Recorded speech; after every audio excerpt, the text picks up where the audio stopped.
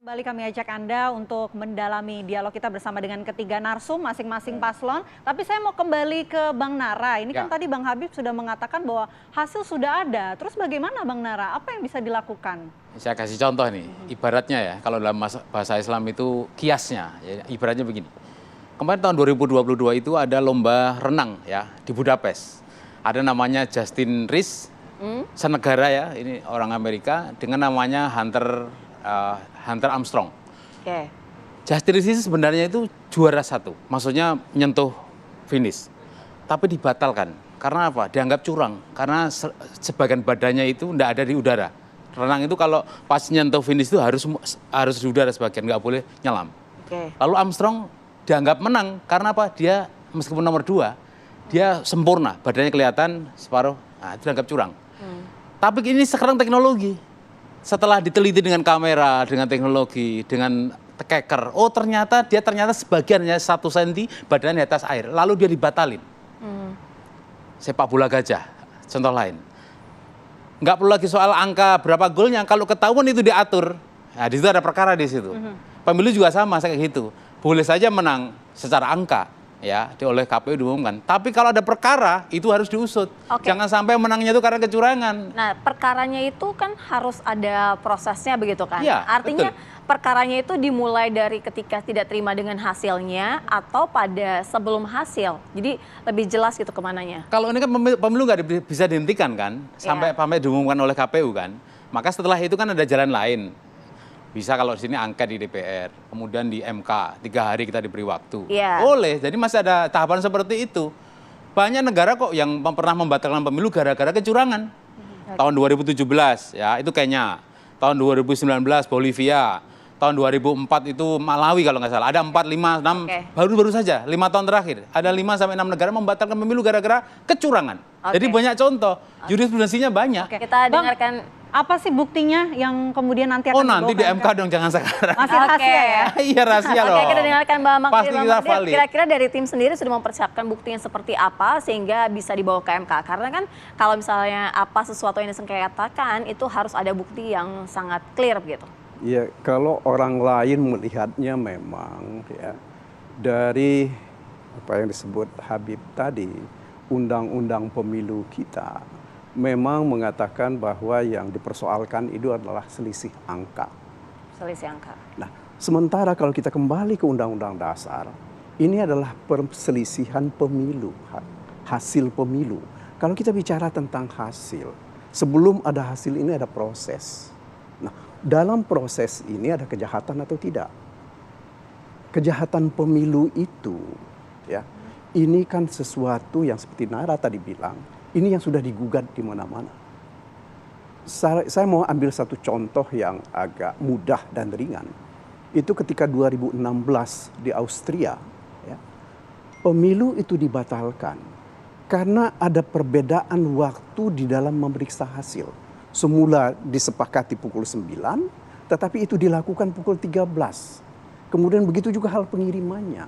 Nah, mereka melihat dalam hal seperti ini ada kejadian-kejadian yang membuat orang merasa ada sesuatu yang tidak beres. Oke. Berarti prosesnya ini sudah terekam gitu dalam suatu bukti yang Iya otentik pastilah. begitu? Artinya Ya. akan Itu saya gitu? kira begini. Ini satu hal. Saya kira Hendri tadi malam dia sudah bicara di Metro TV.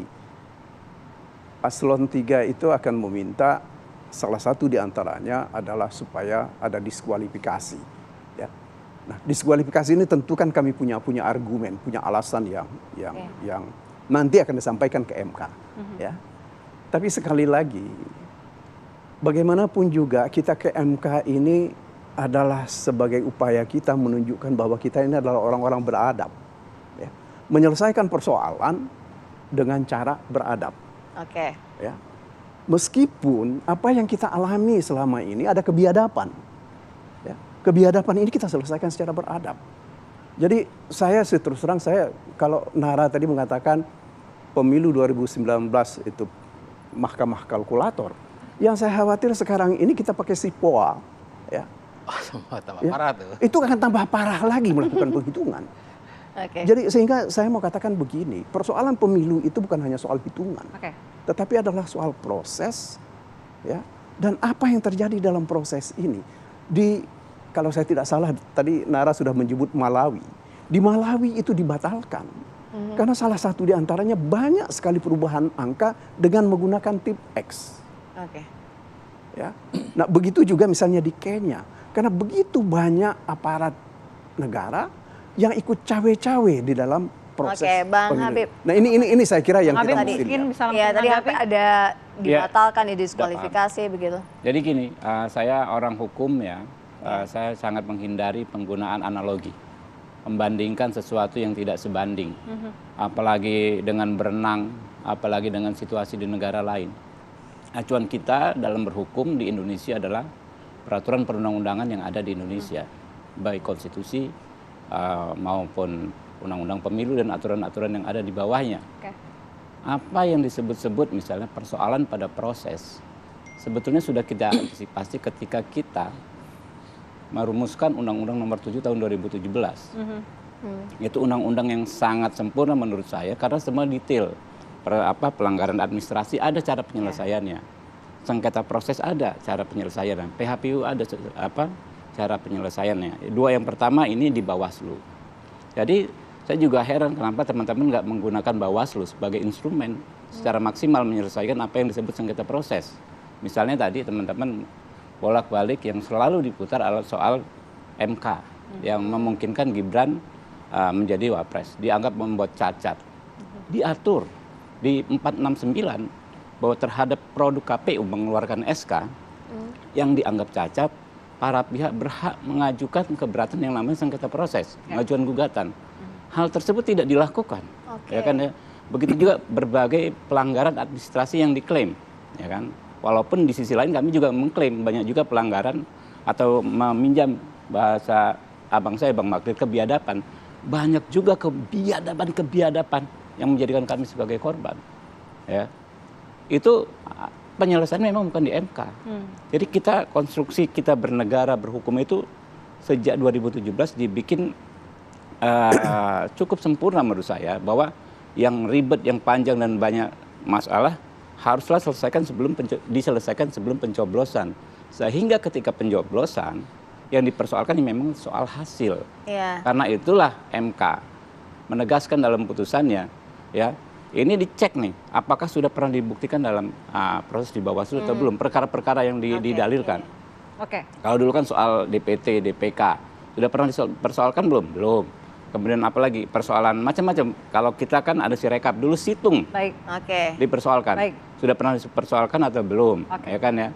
Nah inilah makanya ketika MK ya memang hasil yang hasil yang dipersoalkan. Oke. Nah, itu. Nanti Jadi kita bahas ya Bang ya. kita mengecek ya Oke.